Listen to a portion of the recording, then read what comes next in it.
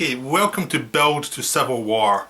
This time I'm going to look at the Avengers, the first big Marvel join all the heroes together and smash the hell out of everything movie. It was directed by Joss Whedon, who had been a cult figure who did a lot of big TV shows but hadn't actually had a big movie yet. I mean, he'd written movies. It was like he'd been one of the script doctors who'd done a lot of stuff. He'd also done Buffy, he'd done all these other TV shows, but he'd never had a big hit in the movies. He'd never really delivered a massive mainstream hit for film goers. So this was his first big movie to direct, and it was a big risk bringing him into this film that had all these other characters in, hoping for the best, and they were hoping that this would work. So risking it all on someone who'd never had a hit before is kind of a ballsy move.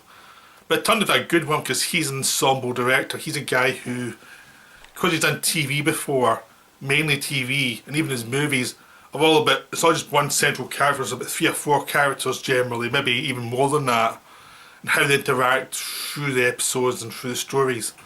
And that's what we needed here, because you had all these characters coming in that were very different type of people and very different kind of powers. So you need someone who could actually make sense of all that.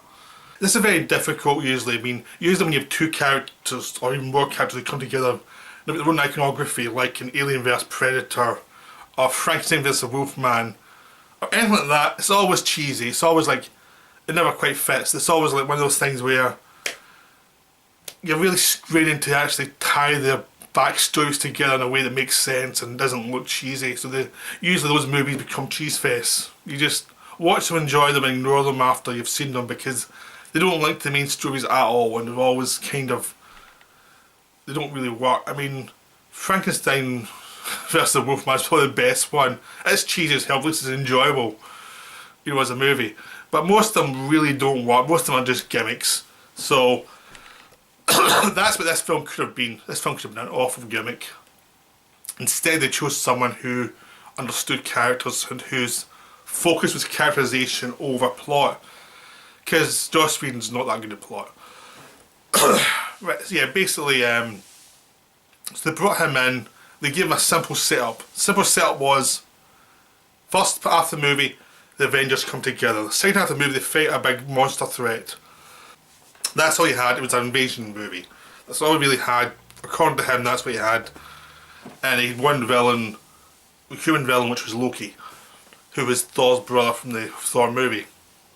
So he had that set up so he could do whatever he wanted as long as he kept within those strict guidelines. And that's what was really success. The movies had these guidelines that were very simple because he didn't have a chance to spin out in any direction. He just had to stick to bring these people together and then have them fight. The great thing is, he's a director who understands that, or a writer who understands basically, that having people come together and being friends instantly is interesting. You can't really get much from that, or having them vaguely get together is not interesting. So the first half of the movie, they fight each other a lot and argue with each other, and and basically they're not going to put up in anyone else's guff because everyone thinks they're the star of the situation, or they think their point of view is valid. So no one puts up with each other. They all fight and they all argue. So you have a fight between Thor and Iron Man. You have Tony and Steve Rogers arguing because both are used to be in charge. You have Hulk in the corner trying to stay out of everything because yes, Bruce Banner who doesn't want to Hulk out. So you have all these people who don't really get on because they're like, why is he here? Why do I deal with him? That kind of thing. No one really wants to give way. So that's the situation they're dealt with. But that's a really good situation because you get to know all the characters, what they stand for, what they like, what they don't like, and you create a tension throughout the first act really where what's going on, why they're all brought together, so you try to work out why they're all brought together. So it allows you to explain their gifts without going over stuff you've seen before in other movies. It's just bits that are relevant to this movie, but also you get the character, and as they talk and as they argue, they get to know each other. And when stuff goes down they interact with each other. So as soon as the first big battle comes down with a helicopter, this big helicraft is, which is the Shield's, you know, platform over that floats in the sky and can turn invisible. Once it's attacked by Loki's minions, they're forced to come together, and that's when they start to fight back, because even though they have disagreements, they're not going to let the world be destroyed. So that's when they start to join up and start to sense that there's a greater battle to go on, that it can't just be about their egos. So that's what it just works. It's a simple setup. I mean, you can explain this in 2 minutes to someone. This is the story. First half, they argue with each other. Second half, they fight the aliens who are invading.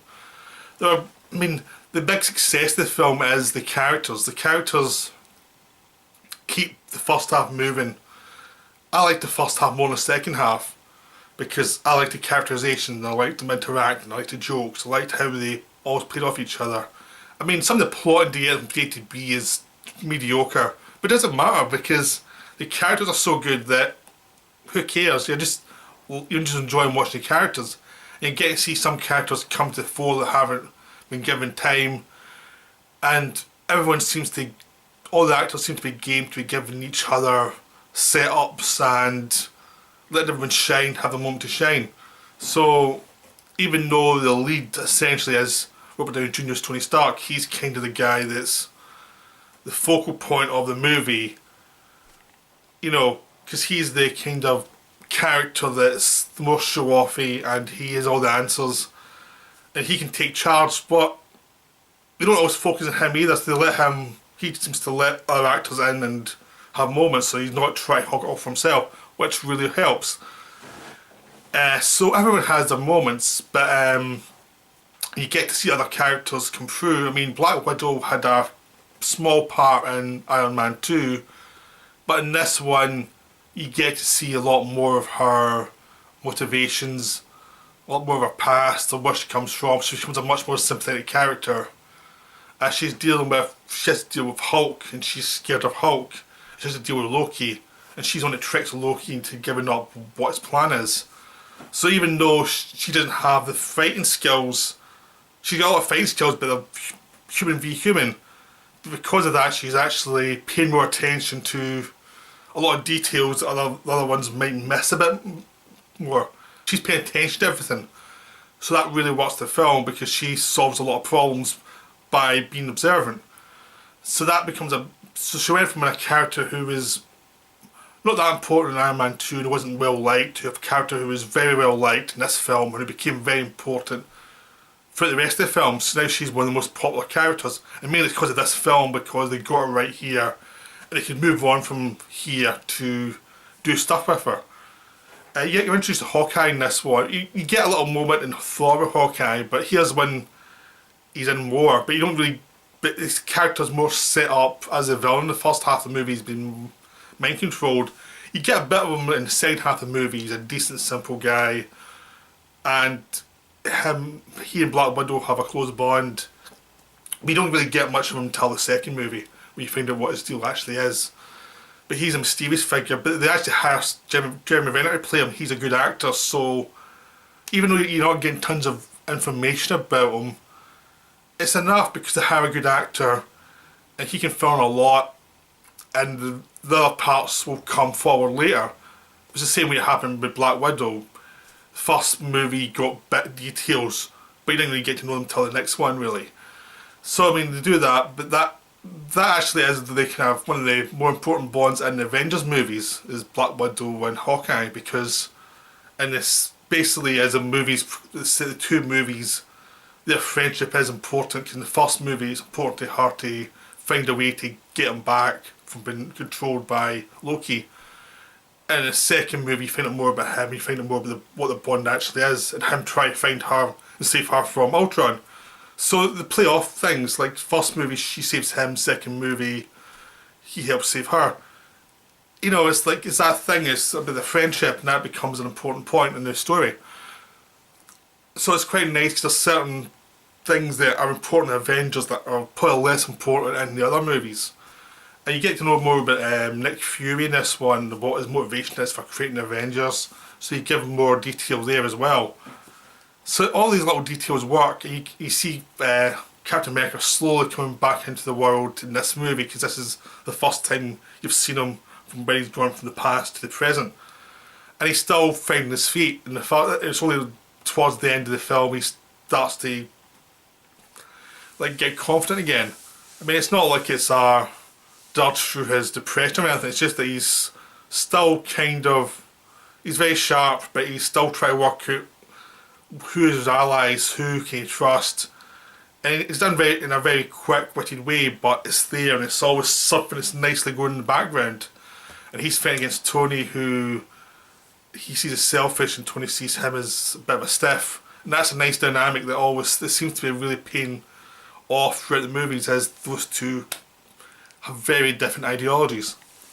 So that really works. Another big success is Banner, because I mean, the Hulk has been a problem character for Marvel. I mean, the Ang Lee film, which a lot of people didn't like, they attempted to try with Edward Norton, which didn't work. So this was, instead of making him another movie, they actually put him into the Avengers, and it actually worked a lot better when they gave him less screen time, but they recast him and had Mark Ruffalo play him, and he played him as a very kind person who was trying to keep Hulk in and trying to be very helpful, as if he'd gone beyond the initial trauma of becoming Hulk, and now he's just trying to do damage control. He's very smart, he's very kind to people.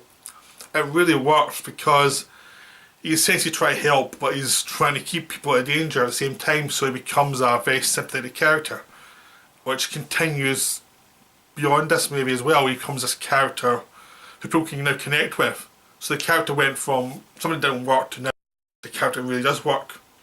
So they actually solved a lot of problems in this film of characters who had either kind of connected or kind of half connected. They became the focus because Joss Whedon seemed to be more interested in characters who needed work, and he developed them. So that was one of the advantages of having him be in charge. I mean, the second half of the movie is the big fight when they go to New York and they're fighting all these minions and they're trying to take down Loki, and it's a great fun sequence of, I mean, it goes on forever. It's really enjoyable though, because there's lots of gags, everyone gets a moment to show what they can do. They have points where the Avengers are doing well, and there's points where they're doing really badly. So it's not just one big fight, it's like a fight with lots of moments. It goes up and down, and then there's success and failure. So it's always developing, it's always moving forward. I mean, the downside is Joss Whedon's not a visual director. He's okay, but he's not great. He did a lot better stuff in the second one. This one is very basic a lot of the time, but it still works because you actually need that basic approach to keep them all from feeling that they're going to go off in different tangents. So you need someone who can centralise everything. That's what he does. So even though the fight could do a few more inventive moments, it still really works. It's still really enjoyable. It's not the peak of a superhero fight, but it still really works. And compared to something like Man of Steel and Batman v Superman, which had lots of fighting but no real direction, this one they're trying to save. I mean, this one there was always a focus. They're always trying to save the civilians. It feels very human, it feels very humane about what the goals are at all points. So it's always a masterclass in comparison to those films that are much more visual, but don't seem to have a storytelling arc that's worth it. And this one is a storytelling arc that actually makes up for Joss Whedon's defects as a visualist. So it doesn't really matter that he's not the greatest visualist, because he knows how to do character, he knows how to do storytelling, so it works perfectly well anyway. So I mean, there's also the addition of Loki as a villain. I mean, he's developed a little bit from where he was in Thor, where he was half sympathetic character in Thor. Now he's an outright villain, but he's still vulnerable. He's still got a lot of demons that he's trying to work through. He's still played brilliantly by Tom Hiddleston. He's still funny. It's great seeing him play off all the Avengers because he knows how to deal with them. He's not intimidated by anybody. He just enjoys annoying people. So that's great. So that's just fun. So the whole movie's fun. I mean, it's the most fun Marvel movie. I mean, I think that the other ones are better, but this one just the most enjoyable one, I find. Because there's so many characters who work. The interactions work really well. And it's always moving forward. You always have an enjoyment of what's going on. So even the weaker moments are still enjoyable. They're still well done, well written. So I mean, it's just a fun movie. I mean, you can see why it was a massive hit. 'Cause it just delivered what you'd want from a movie called The Avengers. So I don't have much more to say about it. It's one of those entertainments that just deliver exactly what you want from it.